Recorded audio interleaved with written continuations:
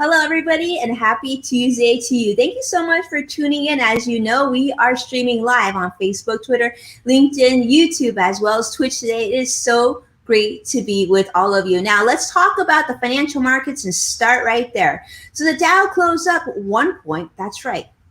One single point. NASDAQ closed up 133 points. S&P also did very, very well because no surprise here. It almost seems like a repeat sometimes. I'm saying this to myself. I'm saying this to you. Seems like a repeat because, again, technology is taking quite a triumphant return, if you will, from just previous week's dips. For those of you who invested some or added some during that dip, you're probably feeling pretty good about yourself. We continue to see names like Microsoft, Amazon, Alphabet, which is the parent company for Google, Netflix, Facebook, continue to do well. But big story here, Tesla did very, very well. And if you remember, Tesla was up over 9% today, and on Monday they're up over 12%. So they're continuing that sort of good feeling, good performance. But some of the news that you may have seen earlier today was news coming out of Apple. Now, those of you who are Apple fans out there, I'm sure you're paying attention to this.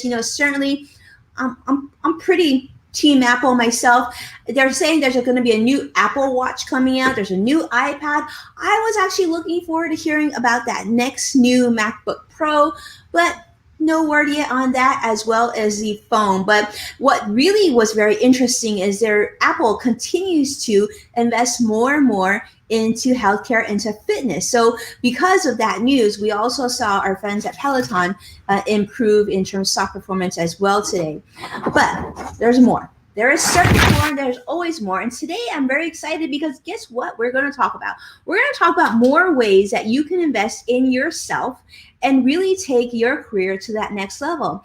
I am joined by my friend, Edward Gorbis, who is Chief Empowerment Officer at Career Meets World. I don't know about you, but I kind of love that. Career Meets World reminds me of the television show back in the day Boy Meets World. Does that remind you of that, Edward? So first off, welcome to the show, Edward. How are you? I'm doing excellent. Thank you so much for having me on today. I appreciate the opportunity. It's great to chat with you, Winnie, as always. And you're spot on. The inspiration for Career Meets World definitely came from Boy Meets World. It's how I grew up in my teenage years. I watched it every single day after school. So that's where the inspiration came from. And now I've parlayed it into connecting it with our careers. I love that. Well, many of my friends are joining us today live, and we want to welcome you to the show. I know you are currently on travel. So tell us a little bit, Edward, we're going to go way back. We're going to go way back. We want to hear about how you started in the role that you are in now. Give us some backstory, Edward. Tell us. Thank you. Certainly, I'll open up and be as transparent as possible. So for me, I always credit my parents for affording me a lot of the opportunities that I currently have, partly because I'm a product of immigrants. My parents grew up in the Soviet Union, more specifically in Ukraine, and it wasn't a stable environment for them. They didn't have immense opportunities like many of us now have in the US, and naturally that's why immigrants come here. So a lot of my DNA, a lot of the fabric of who I am is predicated on being an immigrant. And again, keeping in mind that my parents never had stability, that's what they wanted to create for myself. So when I came here, they taught me about hard work, discipline, giving back to people, giving back to the community, and really helping people along the way and helping others rise. So that was the impetus of my journey. That's how I got started. That's who I am today. And you were working at WeWork for a bit. I think some of you are probably very familiar with WeWork. Certainly for a long time, the coolest place to work. Tell us about your experience at WeWork. Certainly. So I'm sure anyone listening along with yourself knows that WeWork has gone through, let's call it the laundry machine of news over the last 12 months, 18 months. I was very fortunate to go through the rise and fall of WeWork. And I joined in 2018. It was the Tiffany's of hypergrowth. The company was growing at a rapid rate. There's a lot of opportunity. There's a lot of buzz. There's a lot of support from SoftBank. And I experienced a lot. I saw what great leadership looks like. I saw what bad leadership looks like. I saw what it looks like to be venture backed by the largest VC in the world. And all of those experiences helped me get to where I am today. So I'm happy to go deeper, but that's kind of the culprit of my initial experience there. I love that. Well, I feel like one of the experiences that you had, obviously, is at WeWork, you were surrounded by entrepreneurs, and I know you continue to do that now.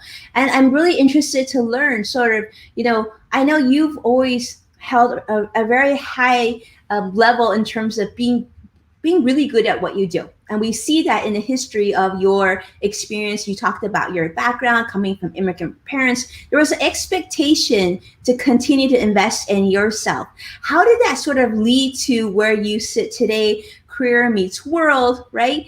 And becoming a career executive coach. Tell us about your motivation for that. Certainly. So as I mentioned, I came here with my immigrant parents. I'm an only child. I didn't necessarily know how to get ahead or have the right tools or have the right strategies at my fingertips. All I had was the discipline and the hard work that my parents instilled in me. So I continued down this path. I continued down the education path. I picked up a master's degree in civil engineering. I also picked up an MBA along the way. And I just kept collecting the ABCs of degrees, but also going through different experiences. And I started my career, especially in civil engineering. This was 2011. It was the tail end of the last recession, and there were still not a lot of jobs out there. And I was fortunate to land one. And very quickly, I realized that civil engineering didn't align with the core of who I am. And it wasn't necessarily who I wanted to become. It wasn't necessarily how I wanted to continue to grow and develop in my career. So I had a lot of different conversations with people, and I networked with people aggressively. I don't know exactly where this relentless fear and kind of drive came from, but not necessarily fear, but motivation to connect with people and learn and really expand my knowledge base of what is out there, what potential do I personally have. And through a lot of those conversations, I quickly realized that I needed to make pivots. And I made pivots every couple of years. My resume, truthfully, like many people, looks jumpy. But I associate jumpy with curiosity and interest and drive and wanting to personally develop. So every opportunity for me was an opportunity to grow and learn and meet new people. And certainly every move was not easy. And that's part of what I help teach people, is how to make pivots throughout their career. Because truthfully, there's been multiple studies done on this, but almost 1/3 of people, especially millennials and Gen Z, make career pivots throughout their early career. So it's something I'm passionate about talking about. It's something that I teach through our Career Meets World.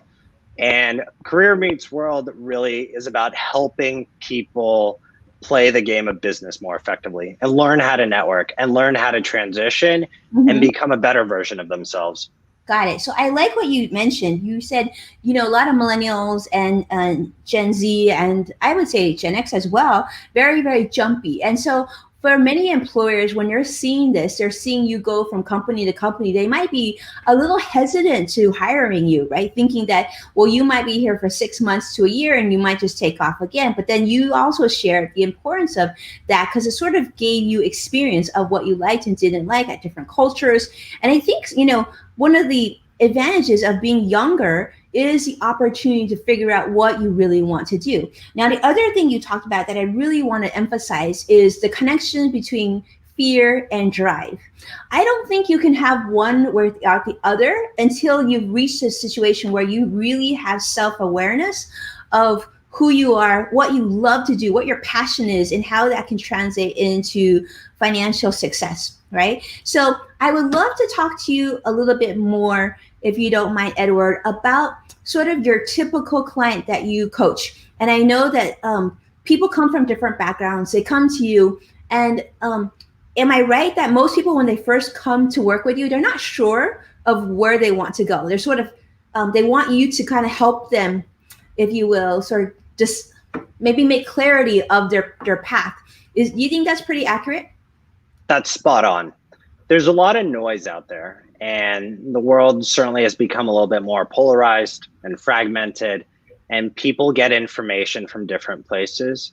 And my responsibility is to lock arms with people and to really help them break through that noise and make harmony out of it. Because that's where the beauty, that's where the learning comes, and figuring out how to map to their end goal, how to build a GPS system for them. And we do that together. And first and foremost, it's a self-inquiry process and learning about the individual, learning about what they want to achieve, and truly understanding how to get there. I love that. I'm actually going to bring Jean in. Jean is a very influential person on Twitter, as part of our Twitter community. And he says, I definitely get this idea of being jumpy. I've worked in many different areas and companies. He also adds, but each opportunity brought me closer to my passion, people, and leadership. And one thing that I do admire from Gene, for many, I feel like he's got a great handle of work-life balance. Like he really, if I were to explain Gene to you, Edward, because I think maybe you haven't met yet, is that, he really understands sort of his purpose. And then he's done a lot of like self-analysis on how to improve his quality of life and really be able to encompass that. And I love to see like what you do, like you said, really going to that deep dive of better understanding people and what they like and their strengths and weaknesses. I'm sure this is sort of an interview process. Do you actually use other tools and techniques when you meet with a coaching client, Edward? I certainly do. And for me, and I'd recommend any type of framework for people, but I've developed my own framework that I go through with clients, and we really unpack and assess what they're looking to achieve, what's holding them back, what are some of the challenges that they've experienced in their life, what are some of the limiting beliefs that have been instilled in their mind. But what I'd love to share with the audience and anyone listening is that everyone is truly capable of change. Everyone is truly capable of living the life that they want to live, and it's purely around mindset. And there's so many different examples that I can share with you, but really it's about breaking down where they want to go and figuring out what the mapping process is for them. I love that you mentioned that it's a mindset, and it's a sort of a decision, if you will, Edward, right? If you decide you're going to do this, you're going to commit to it, and you're just going to make sure that you have change. And I love the word that you said, pivot, because sometimes we get in sort of that cycle where we're always doing the same thing over and over, and we don't feel like anything's changing. We get frustrated and we feel like we don't have clarity of what we should do. And you're looking around and you're thinking, I don't know if I want to do this for the next 30 years or more. But I love how you said that, making that mindset. I almost said financial mindset, because everything is financial and we need brain today. But that mindset decision, because I remember as an entrepreneur on my first company making that pivot and saying, you know what, this is done really well. I think I'm going to sell the company. I'm going to try something new. But, like you said earlier, there's fear and there's drive.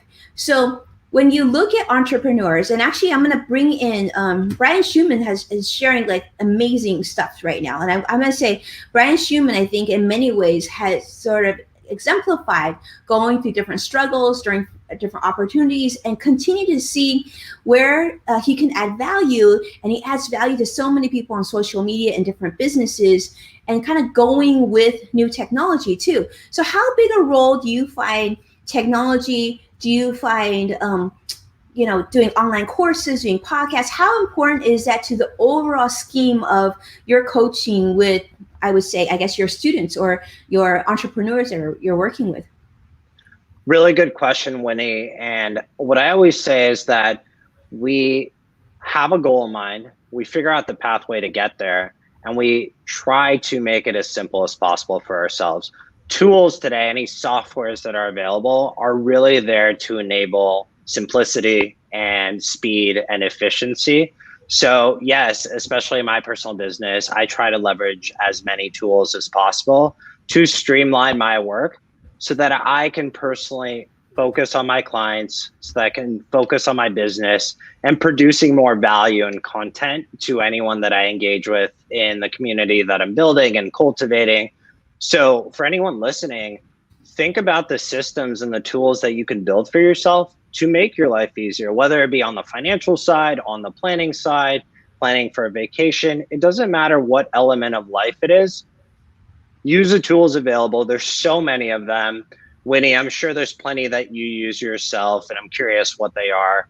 But make your life easier by creating efficiencies that align with your long-term goals. Yes, I think that's great. So one thing I had heard, and I'm a really big believer in this, Edward. I think, maybe I feel like it's come with business age of being an entrepreneur for a long time, but at some point you're going to get to a point where you really understand yourself and you really find the things that you're really good at, and you start to discount the things you're not as good at, and you spend more of your energy focusing on your value, getting better at your craft, really focusing more energy on the good, rather than the opposite, sort of focusing on, I call it entrepreneur optimism in some ways, right? Figuring out what your X factor is to your company or entity or team, and be able to do that. But I do feel like when we're younger, we can sometimes get pulled down because of other factors, like people will be saying this, or I'll read this in the news or social media, and I feel like I need to be good at everything. When you work with your coaching clients, how much of a factor is that? And do you think today's entrepreneur can really just focus on what they do best?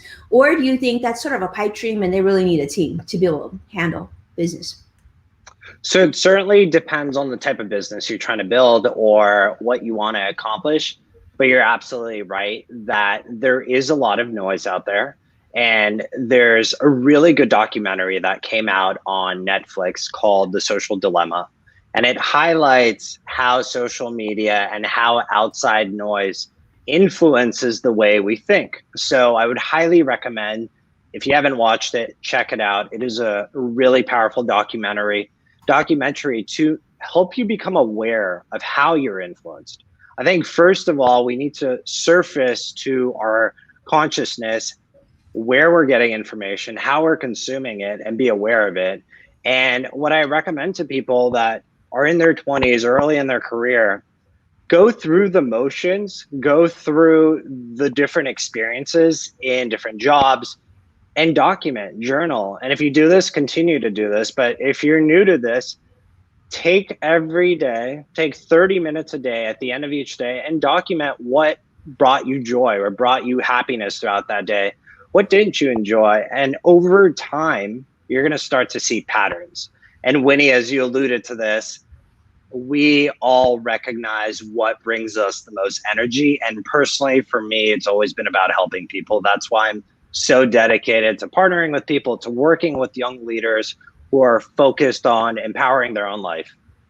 I love that. So Edward, but some people will be watching, they'll say, well, that's great, Edward, but we're in the middle of a pandemic. And so I really need to focus on income and getting a paycheck.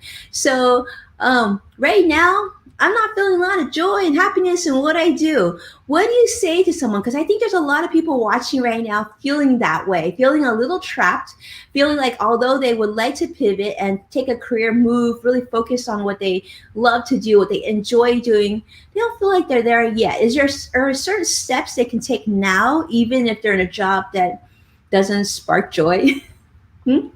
Absolutely. So it actually brings a book to mind that I love, and it's called What They Didn't Teach Us at Harvard Business School. I believe it was written by Mark McCormack. And what he talked about is really the importance of building a plan, building a vision to where you want to go.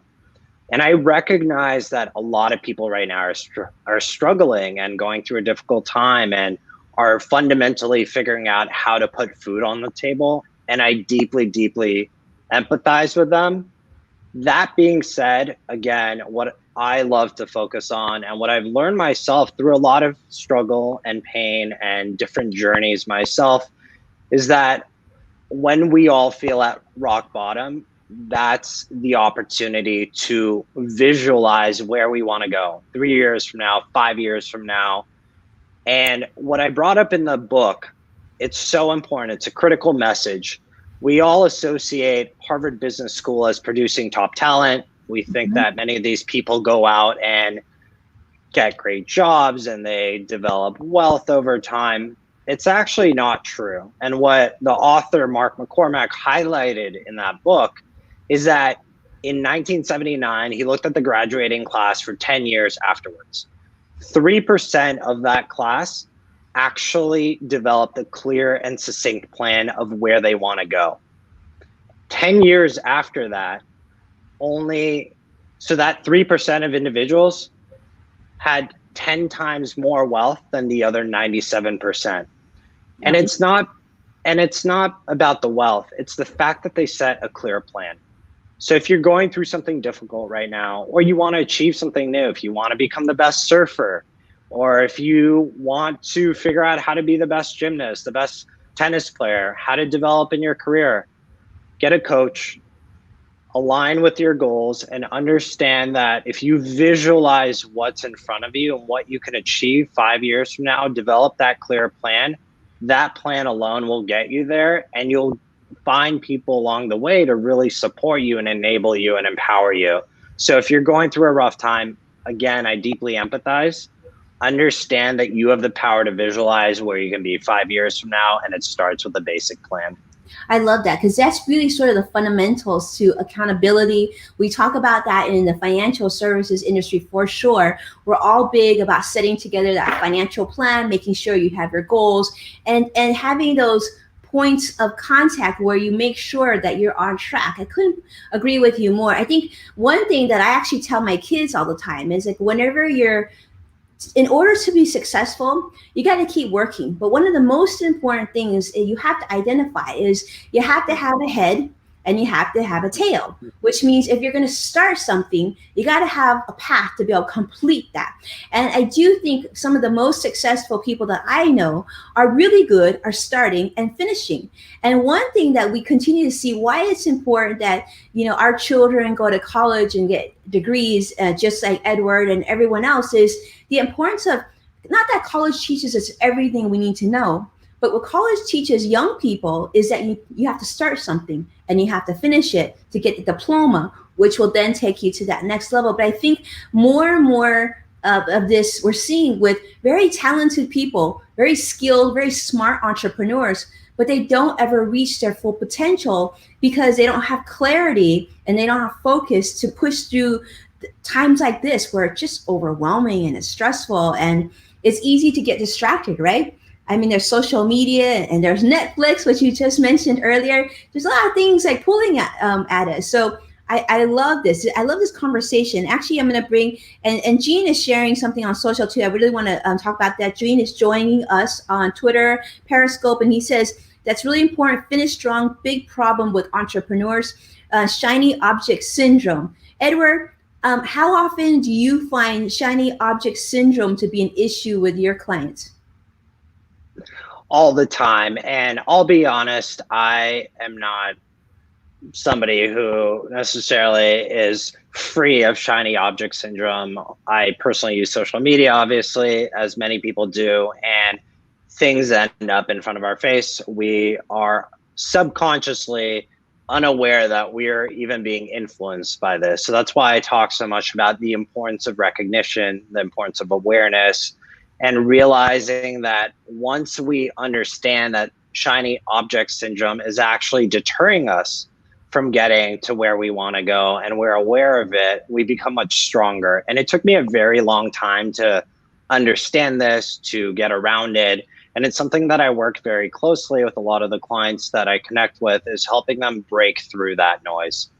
I love it. Well, I think this is giving us a lot to think about, especially those of you who are joining us, you're entrepreneurs, and you're trying to maybe you're doing just fine, but you're thinking, a pivot might not be a bad idea. I'm always looking for more opportunities. In fact, you as an entrepreneur, as a business owner, you almost always have to think that way, right? We saw that certainly with Apple, with their announcements today.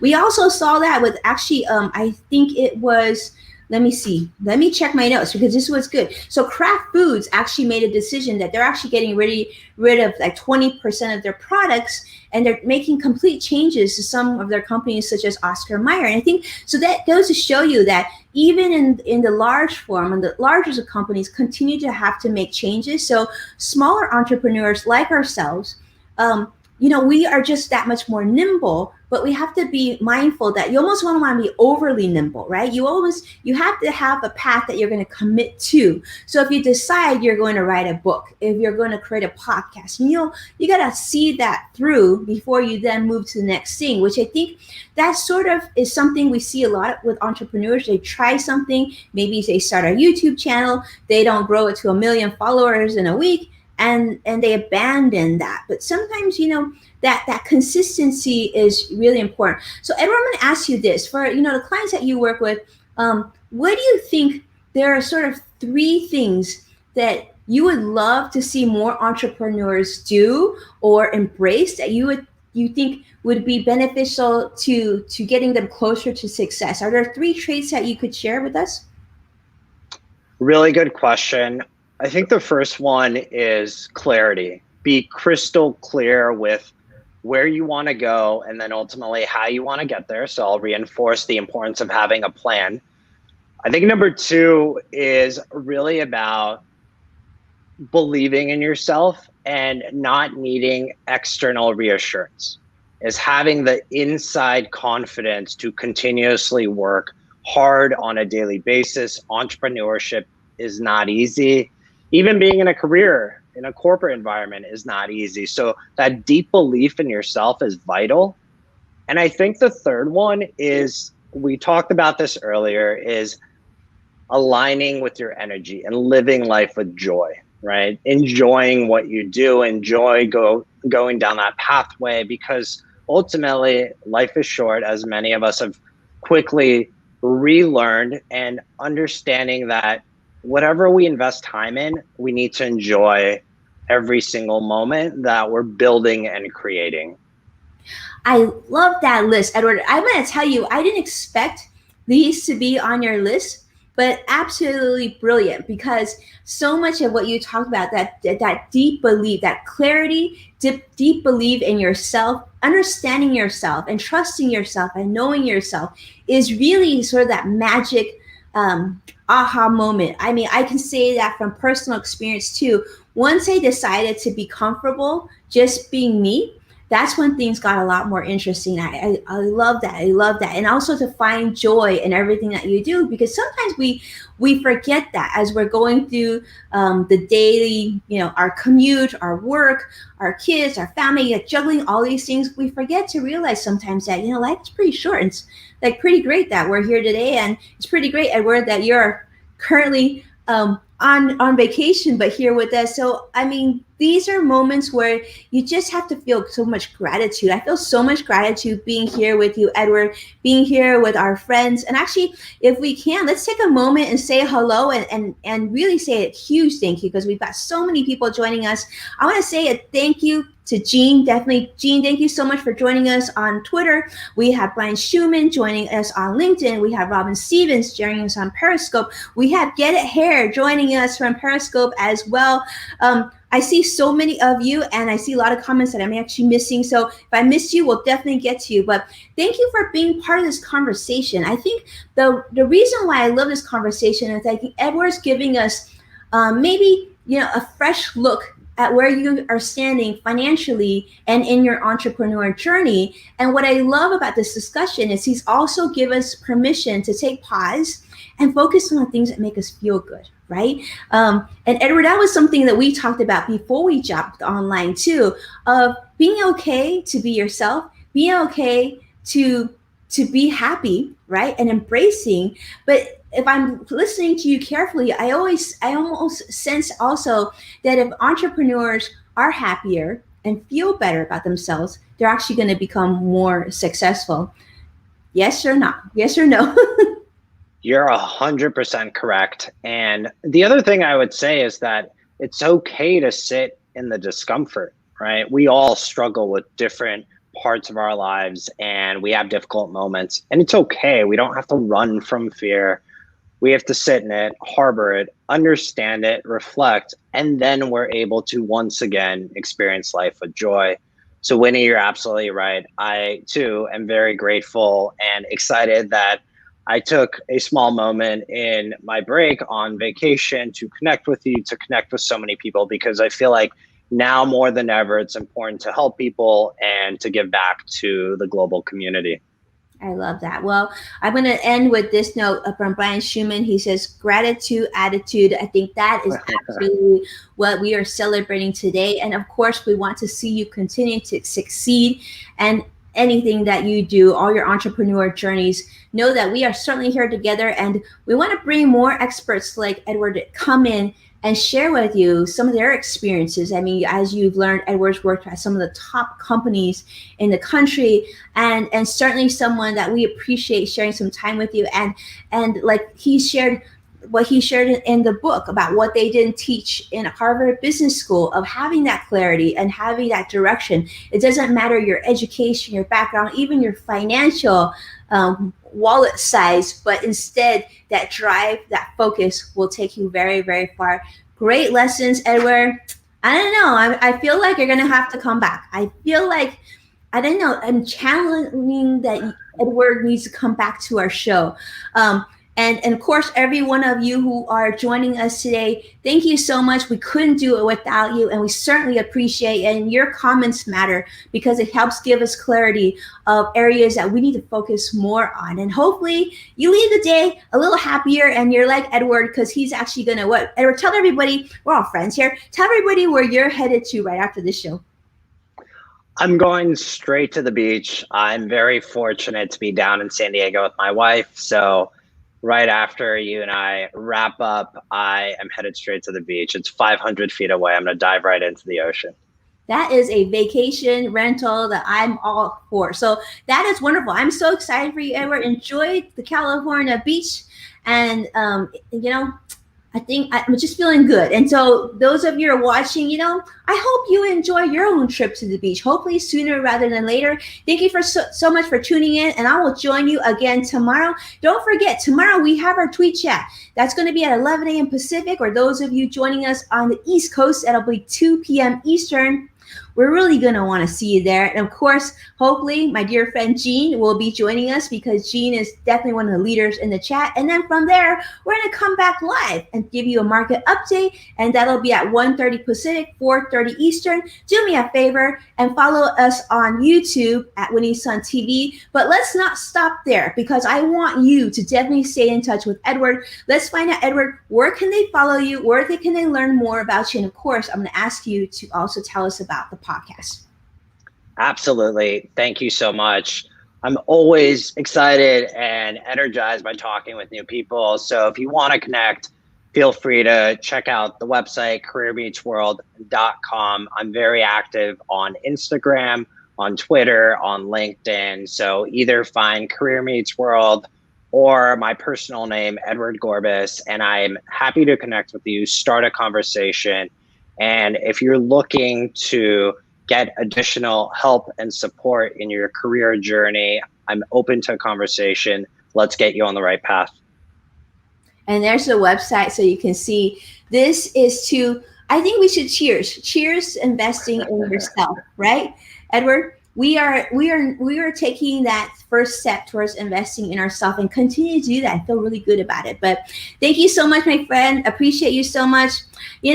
I wish I could join you on the beach with my kids, but unfortunately, I got another call. So I hope you enjoy the beach, and let's definitely stay in touch. And thank you, everybody, for tuning in. Special thank you to my friend Brian Schumann, who's just amazing at making sure that you don't miss some of the top topics and things that we talk about during this live stream. And thank you, everyone, for tuning in.